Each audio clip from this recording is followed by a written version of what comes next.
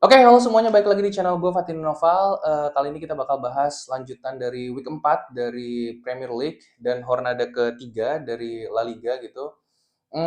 Kita bakal bahas super big match City versus United, terus ada Liverpool versus Burnley, dan di La Liga ada Real Madrid versus Sociedad, dan ada Barcelona versus Valencia. Nah, kita mungkin yang pertama ke Liverpool versus Burnley dulu. Di laga ini kebukti dan kenapa gue tidak mengunggulkan Liverpool ya sebagai title contender, karena masih ketidakkonsistensian dari Liverpool ini gitu. Kenapa? Karena kita lihat laga semalam, oke, Burnley memang dia parkir bis, tapi ya semua tim-tim di Premier League kalau ketemu Liverpool gitu ya, atau ketemu tim-tim dari Big Six ya pasti dia parkir bis gitu. Tinggal kan permasalahannya Liverpool nggak bisa nge-crack pertahanan dari Burnley ini gitu. Padahal dia punya tipikal pemain yang punya kreativitas. Lagi-lagi gue selalu bilang Florian Wirtz itu belum kelihatan sama sekali.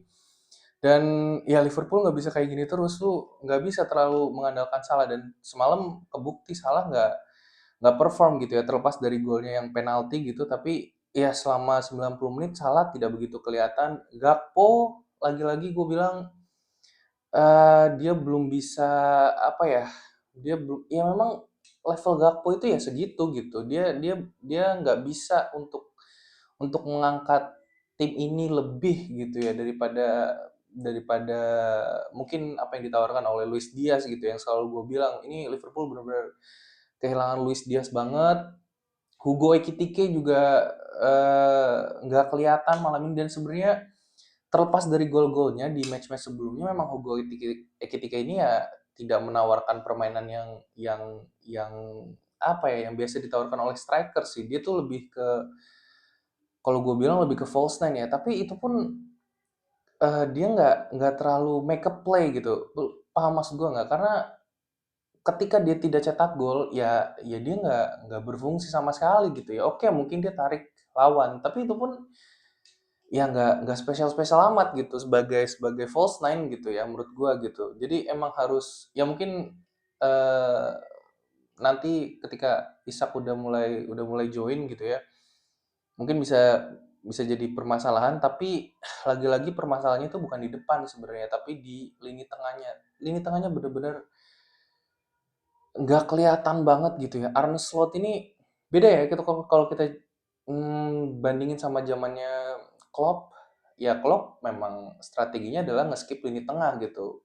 Lebih banyak gelandang-gelandang pekerja kayak kayak Henderson, terus ada Wijnaldum, Fabinho. Dia emang nggak punya kreativitas.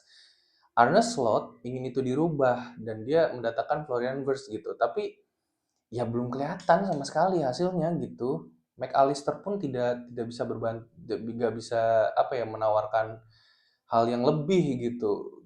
Gravenberch main bagus, ya oke main bagus, tapi kan yang dibutuhkan adalah dari segi penyerangannya gitu. Sedangkan ya lagi-lagi gue harap Florian Wirtz bisa segera nyetel gitu ya, karena kalau misalkan lini tengahnya kayak gini terus, gue sih nggak yakin Liverpool bakal bisa bisa terus bertahan ya. Dan gue udah bilang dari awal, emang gue nggak terlalu memfavoritkan Liverpool sebagai title contender gitu ya. Justru City dan Arsenal ini yang gue lihat sebagai title contender terkuat gitu ya. Mungkin lebih ke Arsenalnya, karena City di sayapnya masih, nanti kita bahas City juga ya. Karena di sayapnya masih masih bingung lah antara Doku sama si Silva atau Foden gitu. Tapi nanti itu kita bahas. Balik lagi ke Liverpool. eh Ya, Van Dijk bermain cukup baik. Dia ada satu momen yang dia emang emang berkualitas banget gitu ya. Jadi tinggal nutup-nutup doang. Tapi ya selebihnya Burnley nggak nggak berani untuk keluar gitu ya. Cuma beberapa kali doang. Itu pun ya nggak terlalu berbahaya. Setengah peluang lah kalau gue bisa bilang. Jadi ini alarm bahaya banget buat Liverpool. Oke, dia masih pemuncak klasemen sekarang, tapi kalau misalkan dibiarin kayak gini terus, lini tengahnya nggak ada perkembangan, gue sih cukup cukup khawatir ya. Apalagi ketika nanti ternyata Salah, apalagi kan Salah bakal dipanggil gitu ya Piala Afrika gitu. Nah, itu kan yang bakal jadi ujian buat Liverpool nih gimana gitu untuk memecahkan permasalahan Salah ini karena bener-bener masih ketergantungan dengan Salah gitu ya. Karena ya di sisi kirinya Gakpo nggak bisa lagi-lagi kalau dia nggak dapet ruang ini pemain susah banget sih menurut gua nggak bisa make a move gitu. Dia nggak bisa bukan tipikal yang take on, emang dia harus harus invert gitu ya. Eee, Mungkin siapa sih pemain mudanya itu yang cadangannya itu mungkin bisa bisa lebih improve, tapi ya gue nggak yakin dia dia masih terlalu muda gitu ya. Itu sih dari Liverpool, terus kita ke Real Madrid dulu, Real Madrid versus, Real Sociedad. Menurut gue ini ada perkembangan yang cukup baik ya dari Xabi Alonso karena Real Madrid lebih bermain mengatur tempo, ini yang udah lama banget gue nggak lihat gitu ya dari Real Madrid. Mereka begitu sabar di depan, nggak langsung yang mengandalkan kecepatan doang, bisa atur tempo kanan kirinya main, terutama porosnya ada di Arda Güler tentunya yang punya kreativitas yang cukup cukup tinggi lah ya untuk di levelnya gitu.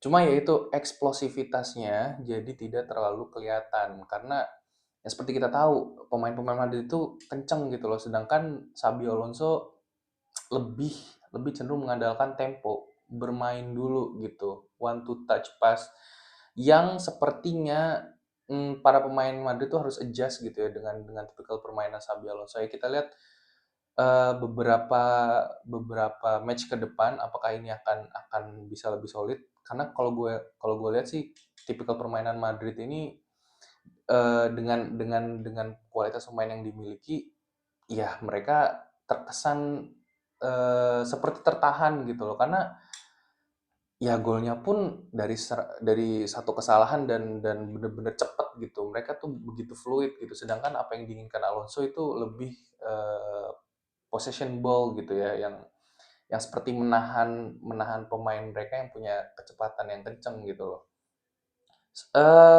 Permasalahannya masih sama, Mbappe sama Vinicius, cuma sedikit kalau kalau di laga tadi malam ya, sedikit bisa bisa terpecahkan dengan legonya Vinicius yang lebih inverted, sedangkan Mbappe yang lebih menyisir. Itu sih yang gue lihat ya. Mbappe bener-bener dikasih kebebasan, either dia dijadiin striker atau dia lebih ke sayap.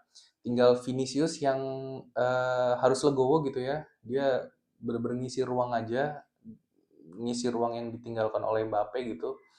Dan ini menurut gue cukup cukup berhasil ya, tapi gue belum belum terlalu yakin karena ya beberapa match kemarin Real Madrid masih terkesan kagok gitu dengan apa yang coba diinginkan oleh oleh Alonso, which is ini adalah hal yang bagus karena udah mulai diterapkan sistem gitu ya daripada harus mengandalkan skill individu pemain yang permasalahannya ketika ada satu hari pemain lo itu underperform itu kan yang membuat keseluruhan permainan jadi mandek gitu loh.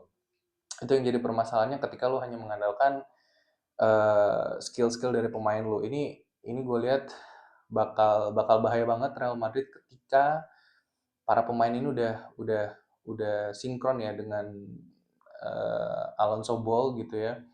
Bakal bahaya banget, terutama porsinya lagi-lagi di Arda Güler bermain gila. Ini orang atur temponya luar biasa. Anyway, Raul Asensio juga bermain luar biasa lugas di belakang Eder Militao gitu ya. Tapi yang gue sorotin Asensio ini dia ada satu momen one on one dia menang dan gue cukup cukup suka dengan tipikal Asensio. Dia lugas gitu, berani dan memang pemain Madrid harus harus harus punya tipikal yang kayak gitu menurut gue ya karena kayak Sergio Ramos, Pepe gitu deh. Kayaknya udah cukup cukup lama gue ngelihat pemain Madrid yang galak di belakang gitu ya. Dan ini cukup bisa diakomodir sama si Asensio gitu. Tchouaméni menurut gue nggak ada, lagian si Espanyolnya atau sorry si Sociedadnya juga nggak terlalu banyak peluang sih menurut gue tadi malam ya. Seperempat peluang mungkin iya, tapi nggak seberbahaya itu menurut gue karena eh secara permainan masih dipegang oleh Madrid tadi malam dengan eksplosivitas dari ya tadi gue bilang Mbappe dan kontrol tempo dari si Adeguer ya. Tapi eh, beberapa kali Sociedad juga cukup cukup cukup mengancam lah untuk Madrid. Terutama dari sisi sayap kirinya ya. Sayap kirinya itu lumayan berbahaya tapi ya Madrid bisa mengendal itu dengan cukup baik gitu. Kita ke Barcelona versus Valencia. Ini menurut gue kelihatan banget beda level permainan dan beda level dari kualitas pemainnya tuh kelihatan banget. Baik babak pertama maupun babak kedua Barcelona totally control the game ya. Nggak ada masalah juga Frankie nggak masuk atau si siapa Yamal juga nggak main gitu.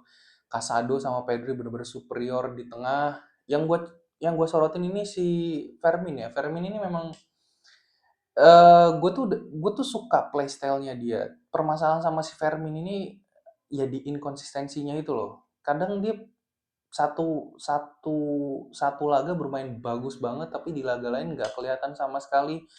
Tapi kalau lagi bagus ya kayak gini Fermin, dia bisa shooting di luar. Salah satu gelandang Barcelona yang rutin cetak gol dari luar ini ya salah satunya Fermin ya, selain selain Dani Olmo juga.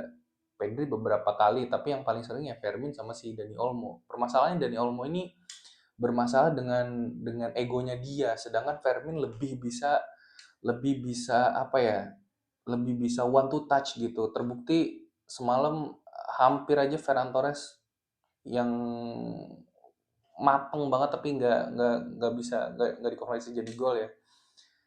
Ini benar-benar menghidupkan lini tengahnya lah si Fermin ini ya. Jadi gue cukup cukup senang lah dengan lini tengahnya Barcelona. Pedri bermain gila, dia trupasnya luar biasa, pre-assist-nya jangan lupa Pedri gila banget. Marcus Rashford juga udah mulai hampir ke performa atau at least di fisiknya dia udah mulai kelihatan dia lebih lebih bugar gitu ya, lebih bisa penetrasi. Ini yang udah lama banget gue ngeliat di sisi kirinya Barcelona setelah Neymar.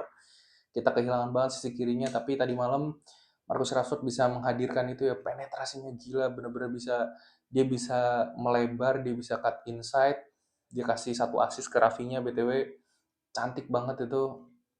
Eh, Penempatan bolanya pinter banget, membuat kiper jadi susah untuk bisa ngehandle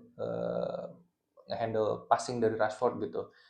Rafinha juga awalnya nggak nyaman dia di sebelah kanan karena ya dia harus harus harus apa namanya harus menyisir gitu ya dan bukan tipikalnya dia, tapi setelah mungkin ada instruksi untuk lebih inverted ya kita bisa lihat emang ini orang seharusnya ada di posisinya Fermin atau di posisinya Dani Olmo gitu, tapi ketika dia dipasang lebih ke dalam, lebih inverted, ya 2 gol, 3 gol bahkan ya, dan luar biasa emang ini orang tajam banget, dia punya naluri gol yang besar banget gitu ya.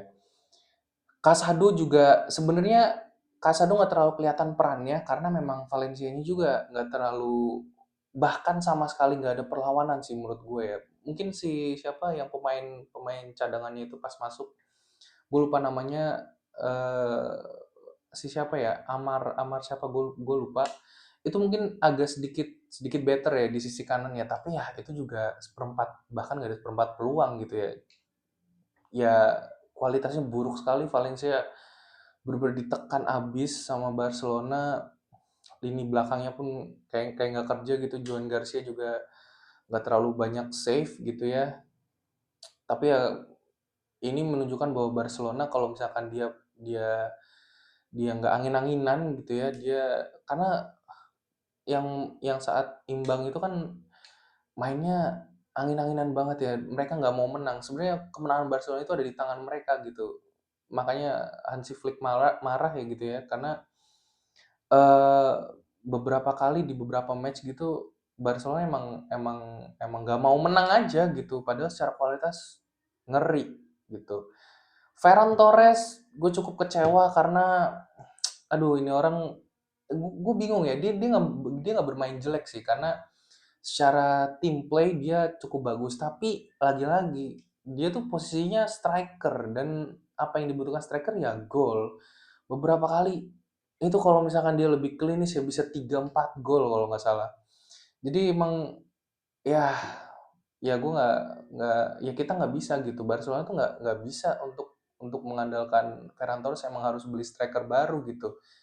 Ini orang masih belum terlalu klinis lah, di beberapa momen tuh harusnya harusnya dia bisa bisa gol. Bahkan Lewandowski lebih lebih dengan posisi yang susah malah dia bisa chip bola gitu. Ferran Torres tinggal one on one dengan kiper 2 kali loh itu. Ya dia nggak bisa cetak gol gitu permasalahannya. Tapi secara team play dia cukup baik lah. Dia bisa bisa tarik pemain dan bisa diisi ruangnya oleh si Fermin tadi gitu. Dan gue cukup puas lah dengan Barcelona.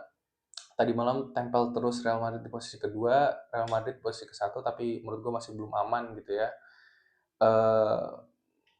Nah, kita lanjut aja ke Derby Manchester City versus United. Ini gue cukup kasihan ya dengan, atau ya setidaknya simpati lah dengan MU gitu. Don't get me wrong, MU nggak bermain seburuk itu. Skornya 3-0 oke, tapi secara permainan sebenarnya MU tuh lebih lebih cenderung kuasai permainan gitu loh. Mungkin gue belum lihat ball possession-nya sih, tapi secara kasat mata harusnya MU lebih lebih dominan secara ball possession. Tapi ya itu tadi di lini depannya tuh nggak klinis gitu. Bumo berkali-kali nge-take on si Oreli di sisi kanan gitu. Tapi ya nggak bisa jadi gol. Selain save yang luar biasa ini dari Donnarumma ya, gue nggak habis pikir City cuma ngeluarin 50 juta euro buat buat kiper sekelas Donnarumma. Ya oke, dia nggak bisa apa namanya build up gitu, tapi kan lu lihat save-nya gila itu, bener-bener padahal udah di pojok ya tendangannya Mbumo, tapi masih bisa di save sama Donnarumma. Jadi sebenarnya secara permainan tidak seburuk itu. Iya mungkin gue bisa bilang masih ada harapan lah untuk fans MU, tapi ya namanya prosesnya itu nggak bisa secepat itu gitu ya. Dan karena ini tim dari awalnya udah bobrok banget, ya perlahan-lahan harus harus bisa meningkat lah.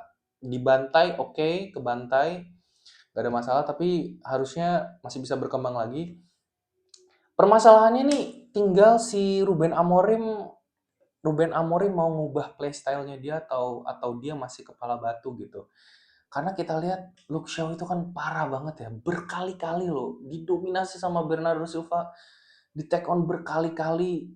Lenioro juga, aduh, ini bener-bener kualitas pemainnya jauh banget antara City sama sama MU ya. Kita bisa lihat, padahal City-nya juga lagi bagus sih, harus harus diakui. Terutama si Foden ya, Foden bener-bener make a play banget.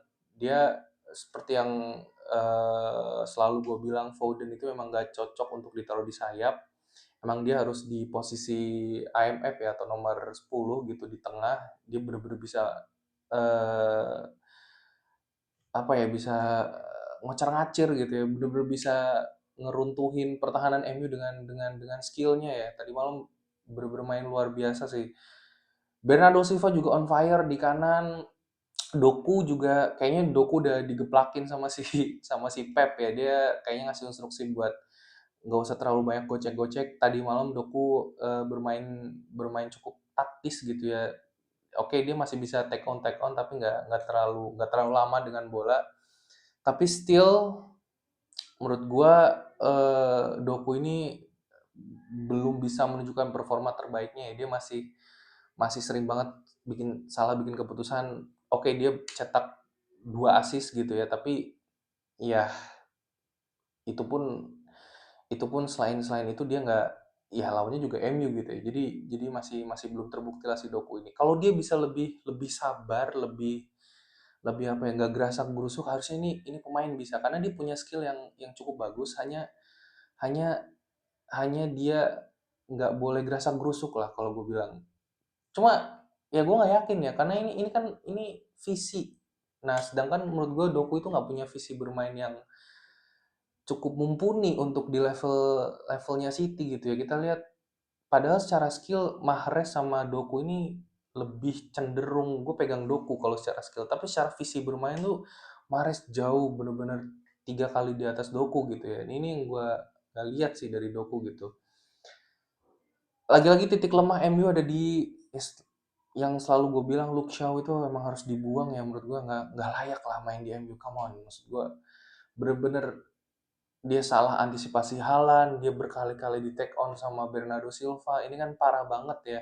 Dan balik lagi ke Ruben Amorim, kalau dia masih bermain dengan 3 back, gue nggak tahu ya MU bakal di posisi berapa, tapi harusnya harus ada ya, tapi dia juga bilang sih masalahnya dia nggak bakal ganti sistemnya, emang pala batu gitu menurut gue. Nggak bisa, MU itu nggak bisa main 3 back, dia harus main 2 back menurut gue, karena ya 3 backnya cacat banget di belakang, bener-bener diobrak-abrik. Padahal City juga nggak sebegitunya ya, itu kan golnya juga tipikal-tipikal karena salah marking gitu.